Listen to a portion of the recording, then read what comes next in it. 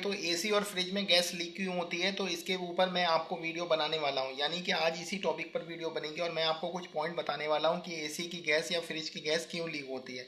अगर बात करें तो वैसे आमतौर से एसी या फ्रिज की गैस लीक एक समय के बाद होने लगती है, यानी कि उसके ब्रेजिंग जॉइंट कमज़ोर हो जाते हैं। परंतु इसके अलावा भी कुछ अन्य फैक्टर भी होते हैं जो आपको याद रखने चाहिए। अगर आप इस चीज़ों को ध्यान रखेंगे और समझ लेंगे तो आप अपने अपने एसी और फ्रिज की लाइफ को भी बढ़ा पाएंगे और आपके एसी में गैस की समस्या नहीं आएगी और आपका पैसा भी बचेगा। तो चलिए पॉइंट होता है कि हमारे जो एसी या फ्रिज में लीकेज वगैरह होती है तो वो एक नॉर्मल समय के बाद होने लगती है। यानी कि होता क्या है कि जब हमारा एसी या फ्रिज कुछ साल चल जाता है, यानी कि कुछ साल चलने के बाद चल जाता है, तो उसमें समस्या आने लगती है गैस लीकेज की। ये एक नॉर्मल क्रिया है, यानी कि जब कोई चीज़ नई होती है तो उसमें कोई समस्या नहीं होती, परंतु जब पुरानी हो जाती है तो उसमें धीरे धीरे गैस लीकेज या अन्य तरह की समस्याएं हो सकती हैं। तो ये चीज़ नॉर्मल है, तो इस चीज़ से हमारी काफ़ी इंपॉर्टेंट पॉइंट है इसमें यह है कि अगर हम अपने एसी में या फ्रिज में गैस लीकेज बचाना चाहते हैं तो हमें सही ब्रांड का एसी या फ्रिज लेना चाहिए। होता क्या है कि लोकल कई सारे ब्रांड होते हैं जिनकी ब्रेजिंग वगैरह क्वालिटी इतनी अच्छी मेंटेन नहीं होती है और उनकी लाइफ भी वगैरह काफ़ी कम होती है, उनका ब्रांड अच्छा नहीं होता।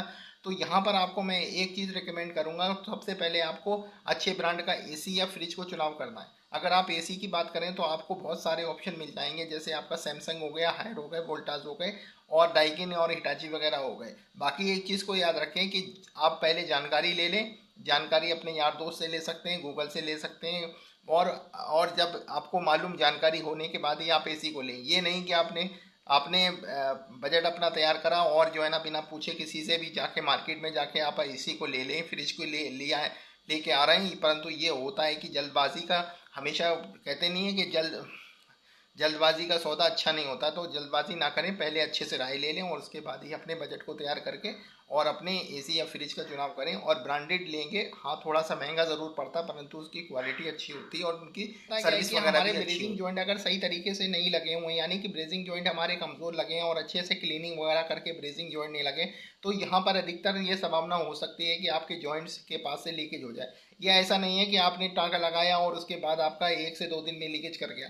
हाँ संभावना होती है, परंतु कई बार ऐसा होता है कि जॉइंट उस समय के बाद कुछ समय के बाद लीकेज होना शुरू होता है, जब उसमें काफ़ी पुराना लोड वगैरह पड़ता है। तो इस चीज़ का ध्यान रखें, ब्रेजिंग जॉइंट जब भी लगाएं प्रॉपर तरीके से उसकी क्लीनिंग वगैरह करके लगाएं, अच्छी तरीके से फ्लक्स इस्तेमाल करना है और उसमें नाइट्रोजन वगैरह या प्रेशर वगैरह देके होल्ड करना है, ताकि उसमें अच्छे तरीके से प्रेशर से लीकेज वगैरह की जाँच हो जाए। और लीकेज की जब जाँच होने के बाद ही उपरांत ही आप गैस चार्जिंग का कार्य करेंगे तो ये होता है कि सर्विस कार्य में देरी। सर्विस कार्य में देरी का मतलब ये होता है कि जैसे आपका फ्रिज की तो नॉर्मल तरीके से कोई ऐसी सर्विस नहीं होती। हाँ कंडेंसर कॉइल आप महीने में क्लीनिंग कर सकते हैं।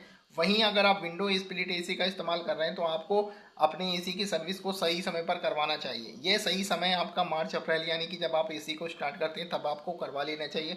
यहाँ पर भी एक चीज़ है कि अगर आपके एरिया में ज़्यादा अधिक धूल मिट्टी है तो आपको एक मार्च में करवा लीजिए और एक आप अगस्त में करवा लेंगे, यानी कि 2 सर्विस करवा लेंगे तो आपके लिए बेहतर रहेगा और एसी की लाइफ भी बढ़ती रहेगी, आपकी कूलिंग भी नहीं आएगी और मेंटेनेंस कॉस्ट भी कम होगी। इनमें होता क्या है कि हम जब भी अपने फ्रिज में या एसी में गैस चार्जिंग करते हैं तो पिन वाल को अच्छे से पिन वाल को नया नहीं लगाते। और दूसरी बात है कि जब भी हम गैस चार्जिंग कर देते हैं तो पिन वाल को अच्छी तरीके से उसमें सोप सॉल्यूशन वगैरह लगा के मतलब लीकेज वगैरह की जांच नहीं करते। आपको लीकेज की जांच किस तरीके से करनी चाहिए, जब भी आपकी गैस चार्जिंग हो जाती है उसके बाद आपको एसी को बंद कर देना होता है, फ्रिज को बंद कर देना चाहिए। और उसके बाद जब आप नॉर्मल तरीके से उसकी बबल सोप से या पानी वगैरह से उसकी देखेंगे लीकेज, तो इस कंडीशन में आपका लीकेज बहुत आसानी से मिल जाती है। जब रनिंग मशीन होती है तो लीकेज आसानी से नहीं मिलती। तो वाल्व वगैरह नया लगाएंगे और वाल्व वगैरह को अच्छे से लीकेज वगैरह की जांच करेंगे। बताएं कि फ्रिज और एसी में गैस लीकेज क्यों होती है, आप किस तरीके से इसको रोक सकते हैं। ये काफ़ी इंपॉर्टेंट वीडियो थी। अगर आपको ये वीडियो समझ में आए तो लाइक और शेयर करना। आपको एक चीज़ बता दूँ, जब भी आप एसी में गैस लीकेज आपकी ना हो तो आपको इस चीज़ का ख्याल रखना होता है कि आपकी जो सर्विस वगैरह कार्य है वो काफ़ी इंपॉर्टेंट मायने रखते हैं। होता क्या है कि सर्विस अगर आपकी सही समय पर होती रहती है तो उसकी कंडेंसर की प्रॉपर तरीके से हीट हो निकलती रहती है और उसमें गैस लीकेज की समस्या नहीं होती। बाकी मैंने आपको जो फैक्टर बताए वो भी इंपॉर्टेंट है। और इसके अलावा आपको और अगर इसके अलावा पॉइंट आपको पता हो तो कमेंट में मुझे करके बताइएगा। बाकी मिलते हैं नई वीडियो के साथ।